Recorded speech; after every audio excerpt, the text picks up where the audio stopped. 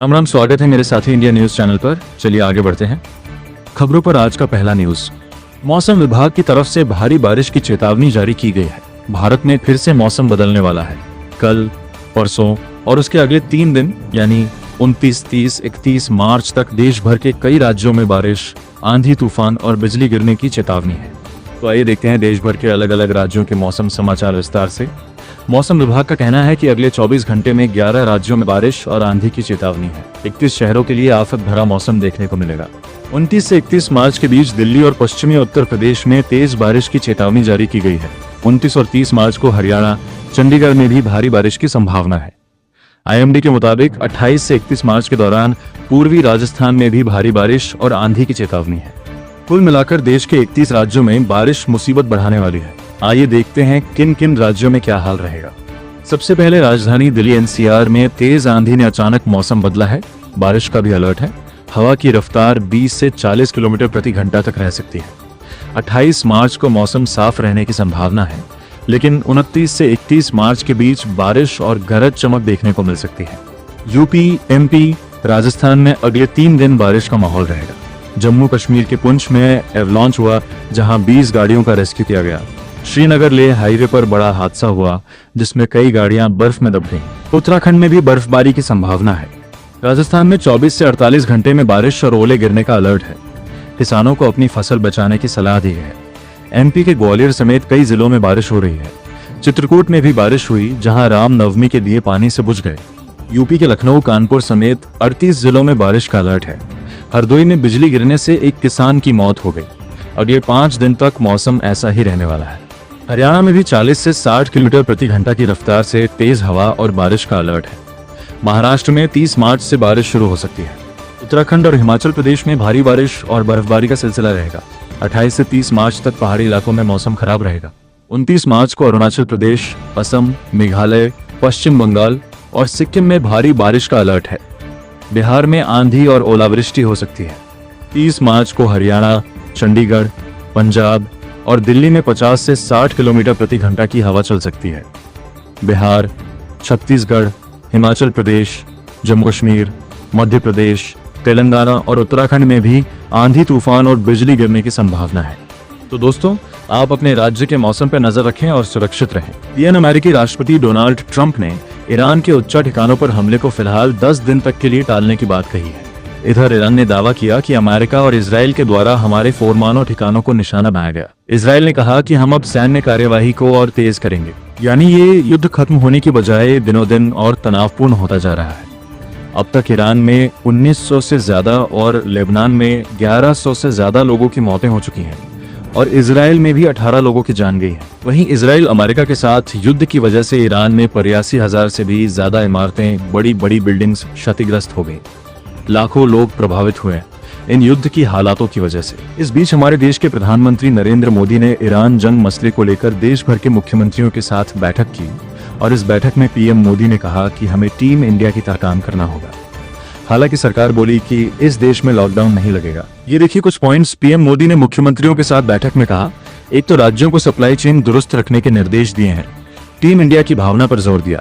PM बोले कि LPG gas, petrol, diesel की कीमतों की जमाखोरी और मुनाफाखोरी के खिलाफ सख्त कदम उठाएं सभी राज्य। गलत सूचना और अफवाहों के प्रसार के खिलाफ में चेतावनी दी और आपूर्ति श्रृंखलाओं के सुचारू संचालन को भी सुनिश्चित करने का आग्रह किया है।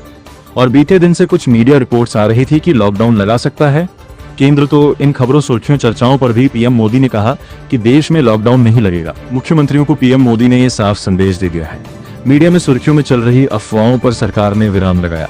केंद्रीय मंत्री किरण रिजिजू ने भी कहा कि देश में लॉकडाउन नहीं लगेगा, डर का माहौल न बनाए। एक्चुअली PM मोदी ने इन युद्ध के हालातों पर कहा था कि हमें कोरोना काल की तरह इन चुनौतियों से निपटना होगा, तो इस वजह से लोगों को लगा कि फिर से लॉकडाउन लग सकता है, लेकिन सरकार ने ये क्लैरिफिकेशन जारी कर दिया। और वहीं ईरान जंग के हालातों के चलते देश भर में कई जगहों पर अफवाहें फैल रही हैं कि वजह से पेट्रोल पंपों पर भी भारी भीड़ देखने को मिल रही है। ये देखिए कुछ खबरें। पंजाब अमृतसर में पेट्रोल डीजल की कीमत में 25 गुना उछाल आया। 15 पंप ड्राई हुए, अफवाह से भीड़ बढ़ी। UP आगरा में भी पेट्रोल डीजल की बिक्री ने रिकॉर्ड तोड़ दिया है अफवाहों के चलते, जिससे हालात अमेठी में भी देखने को मिला। अमेठी प्रशासन ने तो आदेश जारी कर दिए हैं, आप किट्टे या बोतल में 3 जरीकेन इस तरह के खाली आइटम में पेट्रोल डीजल नहीं दिया जाएगा, सिर्फ गाड़ियों में ही तेल भरा जाएगा। खुले बर्तन में पेट्रोल की बिक्री पर सख्त प्रतिबंध है। यूपी लखनऊ में भी अब पाँवों के चलते 2.5 गुना ज्यादा हुई पेट्रोल डीजल की बिक्री, क्योंकि दोस्तों अभी आपको पता होगा एक दिन पहले नायरा कंपनी ने भी जैसे पेट्रोल के रेट 5 रुपए और डीजल के रेट 3 रुपए महंगे कर दिए हैं, क्योंकि ईरान जंग की वजह से जैसे एलपीजी गैस सिलेंडर की किल्लत आ रही, वैसे ही क्रूड ऑयल की सप्लाई के मोर्चे की वजह से कच्चे तेल की आपूर्ति पूरी नहीं हो पा रही और पेट्रोल डीजल में कीमतों में बढ़ोतरी हो रही। तो इस वजह से सरकार ने एक अच्छा फैसला लिया कि पेट्रोल डीजल पर एक्साइज ड्यूटी को 10-10 रुपए घटा दिया है। तो इस वजह से अच्छी बात यह है कि हमारे देश में कम से कम पेट्रोल के दाम बढ़ेंगे तो नहीं।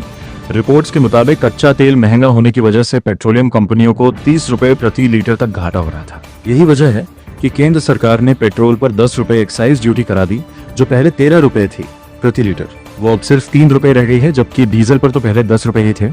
तो अब डीजल पर सरकार का जो एक्साइज ड्यूटी वाला टैक्स है वो बिल्कुल भी नहीं लगेगा। ये एक्साइज ड्यूटी टैक्स क्या है और इसमें कटौती का यूपी की योगी सरकार ने तगड़ा एक्शन लिया।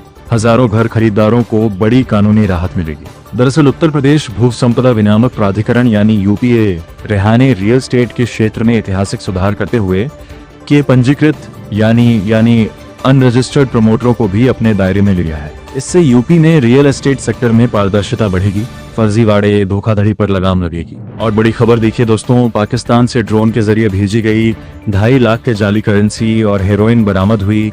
तस्करों के खिलाफ केस भी दर्ज हुआ। अटारी बॉर्डर पर ड्रोन के जरिए पाकिस्तान की घिनौनी करतूत देखने को मिली। वही खबर है पश्चिम बंगाल विधानसभा चुनाव के बीच बंगाल में तबादलों यानी ट्रांसफर के खिलाफ हाईकोर्ट में याचिका लगाई गई। चुनाव आयोग को देने पड़ेंगे दस्तावेज, हाईकोर्ट ने फैसला भी सुरक्षित रखा। चलिए दोस्तों, अगली बड़ी खबर देखिए, पाकिस्तान और चीन को टेंशन होने लगी, क्योंकि भारत के रक्षा मंत्रालय ने S-400 मिसाइल सिस्टम समेत कई घातक हथियारों की खरीद को मंजूरी दी। दुनिया में चल रहे तनाव के बीच केंद्र सरकार ने लगभग 2.5 लाख करोड़ रुपए के नए रक्षा प्रस्ताव मंजूर किए हैं और इसके तहत एक तो हमारी इंडियन एयरफोर्स को S-400 मिसाइल डिफेंस सिस्टम मिलेगा, आर्मी को तनुज गन सिस्टम मिलेंगे। कुल मिलाकर इन नए हथियारों से हमारी भारतीय सेना की ताकत में इजाफा होने की प्रोत्साहित होगी। रक्षा मंत्रालय ने 2 दिसंबर को 3.8 लाख करोड़ के रक्षा सौदों पर मोहर लगाई थी। इंडियन आर्मी को क्या क्या नए वेपन्स मिलेंगे, ये कुछ डिटेल्स जानकारी भी आप देख सकते हैं। तो सेना को नए हथियारों से ताकत बढ़ेगी, कम्युनिकेशन सिस्टम मजबूत होगा, सर्विलेंस निगरानी मजबूत होगी। इसके साथ ही भारतीय सेना 800 किलोमीटर रेंज वाली ब्रह्मोस क्रूज मिसाइल भी खरीदेगी। अभी इन मिसाइल की रेंज 450 किलोमीटर है, जिनका इस्तेमाल ऑपरेशन सुंदरम में भी हुआ था। तो अब इंडियन आर्मी ये नई मिसाइल भी खरीदने जा रही है। चलिए अगली बड़ी खबर देखें दोस्तों, अब अमेरिकी डॉलर पे होंगे ट्रंप के हस्ताक्षर। 165 सालों में पहली बार अमेरिका के नोट पे होगा सिटिंग प्रेसिडेंट का नाम। जी हाँ, डोनाल्ड ट्रंप अब अमेरिका में चलने वाले डॉलर के नोटों में बड़ा बदलाव करने जा रहे हैं, जिन पर राष्ट्रपति ट्रंप का हस्ताक्षर होगा। अब नए कागजी नोटों पर छपेगा डॉलर, जो कि अमेरिका के इतिहास में ऐसा पहली बार होने जा रहा है। डॉलर पर दिखेगा ट्रंप सिग्नेचर। इसके अलावा अमेरिका में चलने वाले 24 कैरेट गोल्ड कॉइन पर भी अब ट्रंप की फोटो होगी। देखिए मतलब ट्रंप अब अमेरिका में तानाशाह की तरफ फैसले लेने लगे हैं। चलिए सोना चांदी के भावों पर खबर आ रही दोस्तों। सोने में 3,200 रुपए की और चांदी में 13,000 रुपए की एक बार फिर से भारी गिरावट देखने को मिली।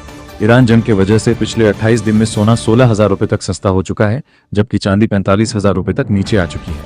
इसके बाद अभी चांदी का भाव 2,22,000 रुपए प्रति किलो ही रह गया, जबकि गोल्ड का प्राइस 1,45,000 रुपए प्रति 10 ग्राम चल रहा है। और भी अलग अलग रेट के हिसाब से सोने का भाव आप देख सकते हैं। और वहीं भारतीय रुपए पर भी एक बुरी खबर आ रही, डॉलर के मुकाबले ऑल टाइम लो पर पहुंचा रुपया। जी हाँ, एक बार फिर से भारतीय रुपए की वैल्यू में बड़ी गिरावट देखने को मिली है। रुपया 94.74 के रिकॉर्ड निचले स्तर पर पहुंच गया है। इसी वित्त वर्ष में डॉलर के मुकाबले 10% तक गिर गया। रुपया पिछले 14 सालों का रिकॉर्ड टूटा और रुपए की वैल्यू में गिरावट के चलते हमारे देश में विदेशी सामान जो है वो महंगे होंगे। चलिए बड़ी खबर देखिए, पश्चिम बंगाल के मुर्शिदाबाद में पिछले दिन रामनवमी के मौके पर हिंसा का माहौल देखने को मिला। पत्थरबाजी में कई लोग घायल हो गए, दुकानों में आग लगी हुई। भाजपा ने आरोप लगाया कि भगवा झंडा फेंककर सनातन धर्म का अपमान किया, कि जिसकी वजह से ये हिंसा बढ़ी है। वहीं इधर जम्मू कश्मीर विधानसभा में भी भाजपा और कांग्रेस विधायकों के बीच हाथापाई देखने को मिली। वीडियो को लाइक और शेयर करें, चैनल साथी इंडिया को सब्सक्राइब करें और बेल आइकन दबाएं। मिलते हैं नेक्स्ट अपडेट में। जय हिंद, जय भारत, वंदे मातरम।